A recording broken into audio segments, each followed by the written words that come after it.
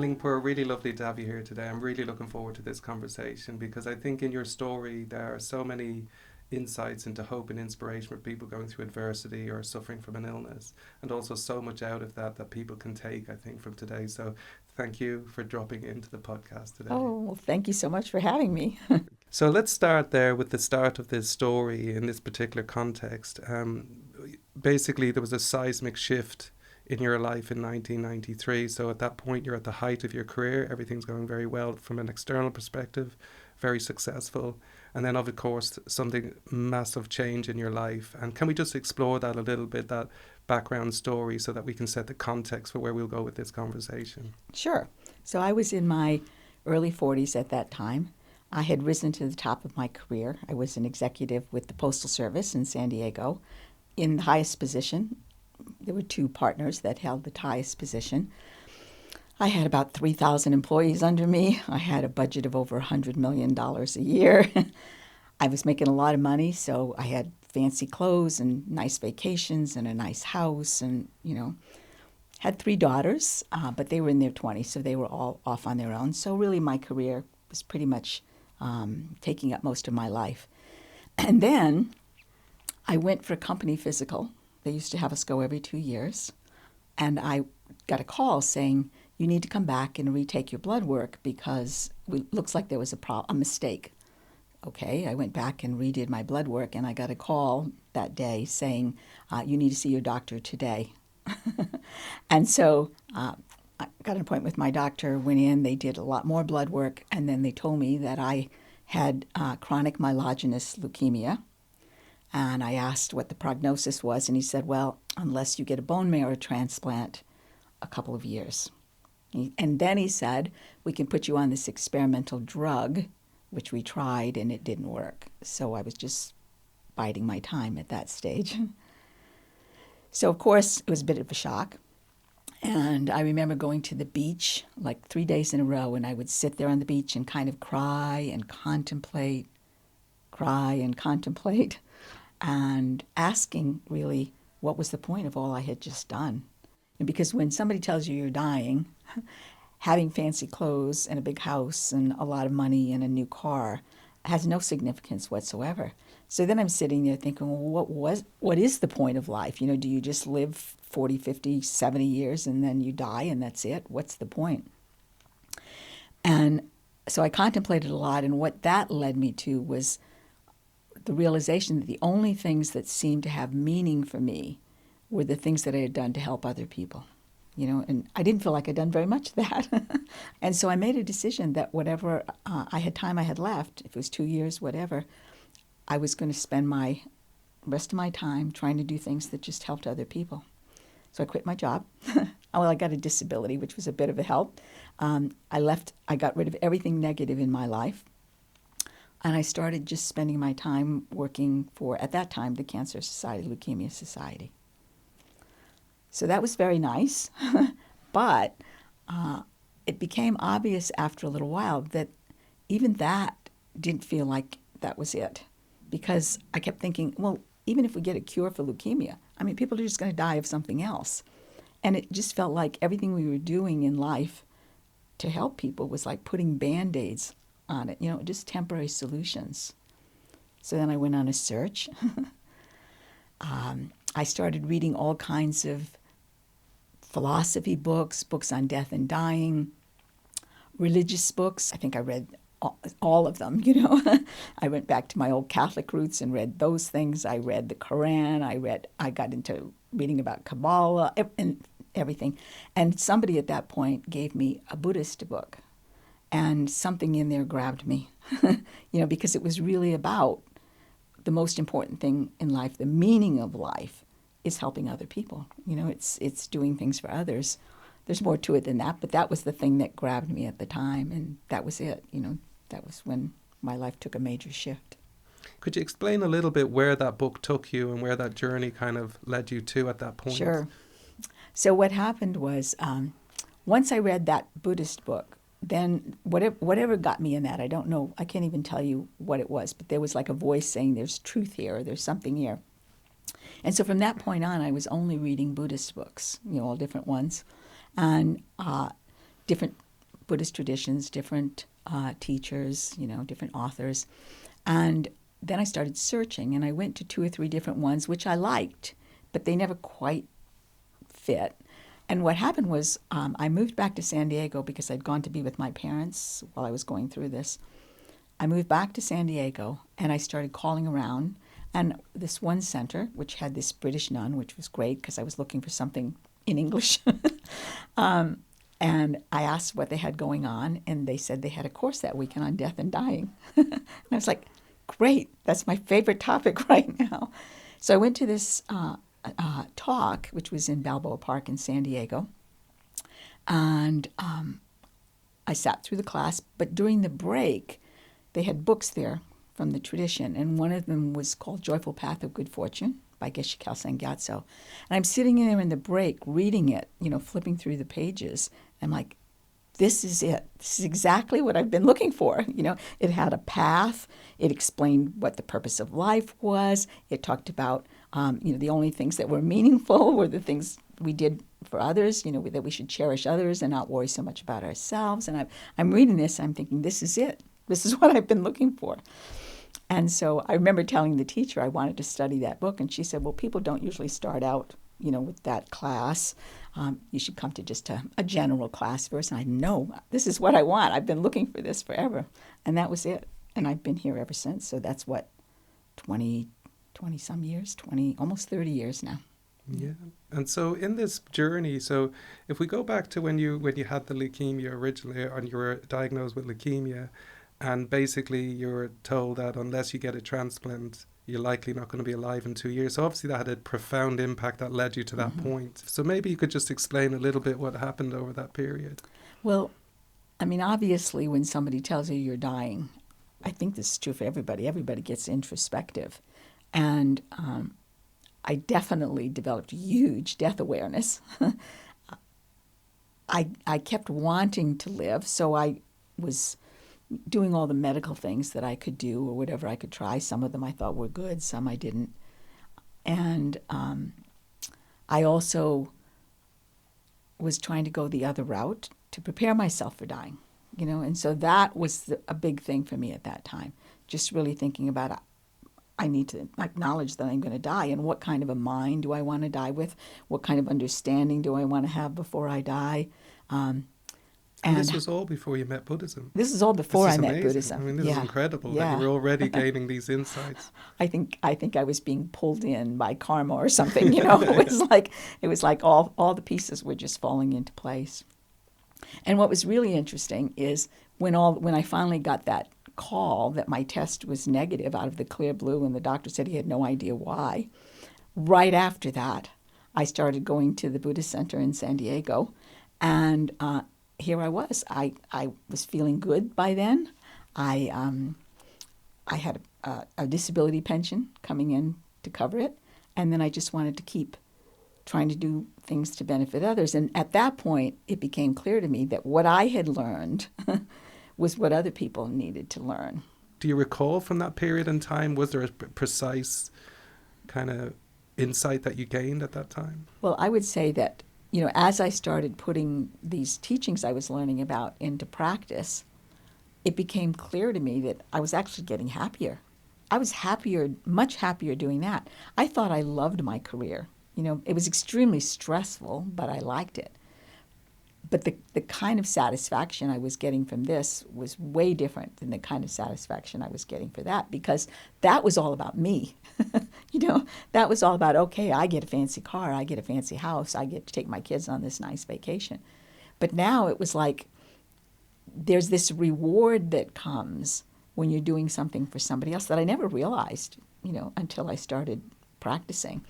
And so for me, it feels like each year, I would say each year, my negativities get less and less, which has been great. I started out pretty impatient and lots of pride probably. And, I don't need to go through all my faults.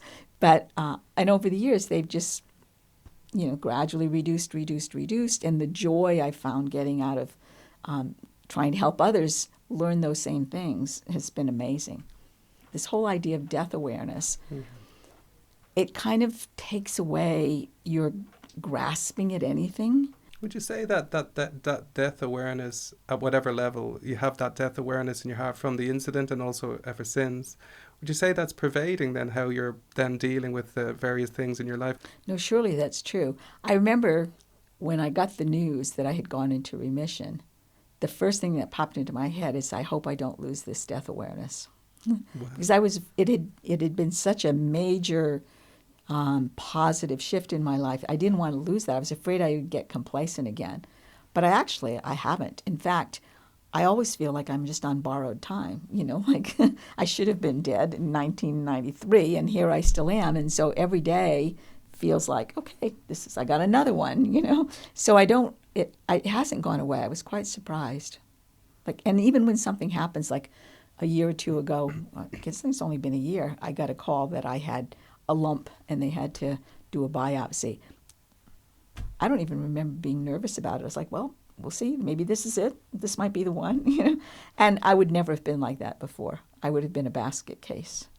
But like I said, I feel like every day I have is an extra. So it's amazing, isn't it? Because, listening to that, it's, if we could all get that, and we could all get that and be able to sustain that, life would change so much, because often, I don't know about you, but my feeling sometimes is it's when you really understand that we all may die today, that's when you start to feel truly alive. How do you think that would make sense to you in your experience? Well, it definitely makes sense to me. I don't know if it happens for everybody, because, and that's why I'm so grateful for having, fallen into this. It was like perfect for me. But I remember when I was still thinking I was dying, and I was in a group, for people who had terminal cancer. And about half the group, they just spent their time being angry. They were so angry that they were going to die, or they were so angry they were going to have to leave their family. And they never developed that. And I think what has been good for me, and I don't tell my story a lot, but sometimes I do, like if somebody seems to need to hear that, because a lot of times people who come to the center are coming because they're sick and they're angry and they're frightened and they're scared and they're looking for an answer. And sometimes just hearing what happened to me makes them stick around and hear more, and then, so that's very rewarding, when I'm able to help somebody who is in a similar situation. And the other thing is, because I went through that, I spend a lot of time with people who are dying. Like, it doesn't make me the slightest bit uncomfortable to be with somebody who's been told they're dying, or to talk to somebody who's dying, or be with somebody in the process of dying. And I don't know what the karma is, but I'm constantly called into doing those kinds of things. One of my friends jokes that somehow I'm attracting all the dying people to our center because it seems, there's this ceremony we do for people who are dying, and it just seems like we're always doing it for somebody else. So I wouldn't say everybody gets that reaction, but I'm very, very grateful that I had that reaction. And so I guess one thing that I wanted to really explore with you, and it seems to be just kind of like very much an aspect of your life, from, reading the research notes and so forth, is the area around how this has opened up a way of compassionate living for you. So what kind of insights have you discovered within your journey in this way, in this more altruistic way of life, that have kind of energized you and kept you energized to be continually working for the benefit of others? Well, a little bit like what I was saying before is the deep kind of satisfaction that comes when you actually see someone benefit from finding what I found. That's probably the main thing. And there's so many different examples. I mean, there's people who've come with horrible anger problems and you see them transform, or people who are with fear of dying. Loneliness is a really big one. We have a lot of people who come and they've just gotten a divorce. They don't know what to do with their lives. And to watch what happens to them over a period of months, and it's really, it happens pretty fast that you start to see changes in people if they stick. I mean, obviously some people come, it's not for them. They don't stick around. But those that do, there's such quick, dramatic change that that just, I don't know how to say it, but it just makes me feel like this is so worthwhile. There's nothing else I would rather be doing with my life. What is it? I mean, I think it's nice to explore that theme of compassion a little bit with you, because I do feel that very much is you. One of the things that kind of has always grown through this whole process is this understanding that really there's no difference between me and anybody else. It's like we're all in the same boat. It's not like, so if I think about my suffering, at least in the past, I always found it unbearable. But how is that different from anybody else's suffering? And so when you realize that we're all stuck in this mess together in a way, right? We're all trying to find our way together. We're all trying to figure out what to do together. How can you not think that somebody else's suffering is just as important as your own suffering? How can you not think that? And so that kind of opens up this feeling of, my own suffering was unbearable, but now everybody's going through this. And then you start thinking about your family and your friends, and you go through all the suffering they're feeling, and then you look at the news and you look at all that suffering. And in the past, that would have really depressed me. In the past, I would have probably even turned off the television or, put that out of my mind. But now I feel like I know what to do about it. I feel like what I saw happen in my life can happen in other people's lives. And so that finding the suffering of others unbearable is what actually pushes me to keep going as long as I can. I have this wish to die as a teacher in the middle of my center, and, whenever that time comes, and not give up until then. That's amazing. I mean, it really is. And I imagine what it would be like to give this up. I can't imagine it, because what would I do? Lie on the beach and play golf for the rest of my life? That would have absolutely no meaning to me anymore. And I think many other people are starting to learn that same thing. It's not you have to give up all those enjoyments. We need enjoyments, but there's a big difference between those temporary kind of pleasures that maybe we need some to sustain us, and creating the causes for really deep inner happiness that, external things can't throw you on. What are the kind of key insights you've learned from your life that you think are really relevant to people nowadays in their life, and all the challenges we see in the world, by the way, at the moment, which at times can seem very chaotic? What I've learned is that what really lasts is what you do internally, not what you do externally. And so that whole idea of understanding that we can change everything just by changing our mind, that's really the key.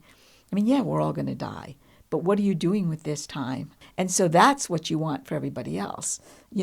Of course you want to help them normally, right? If somebody's sick, you go visit them in the hospital, and if somebody's suffering in some way, or, you can help financially or whatever.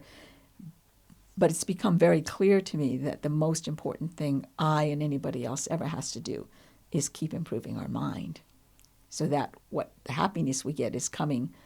You can't destroy that. It's like inside, whereas the happiness outside, it goes away, or a lot of times it leads to more problems, and then you're hurt when you lose whatever happiness you had, or you can't get whatever happiness you had. But what you get inside, nobody can take away. And that's what you then want for everybody else.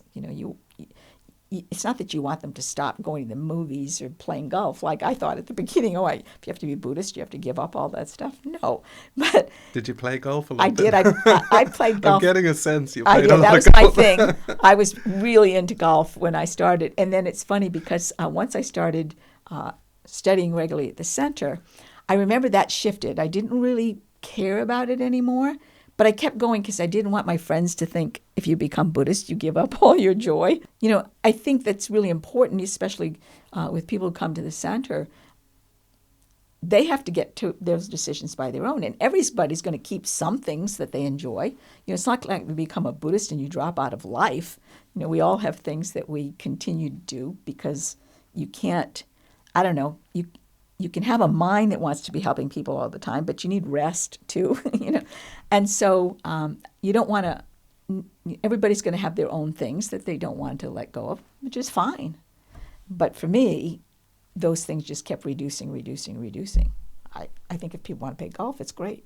But it didn't have any meaning for me anymore. So it's really what we're doing with our mind at the end of the day is the insight for people to really embrace. And I think, in your life story, I think that's very much embodied in the way you've lived. Yeah, I actually think it has to happen that way. If somebody had said to me, if you become a Buddhist, you shouldn't play golf, I would never have come. Or if somebody, I even remember coming and saying, well, do I have to be vegetarian? And if I have to be a vegetarian, I'm not coming. And no, you don't have to be vegetarian, which was very nice.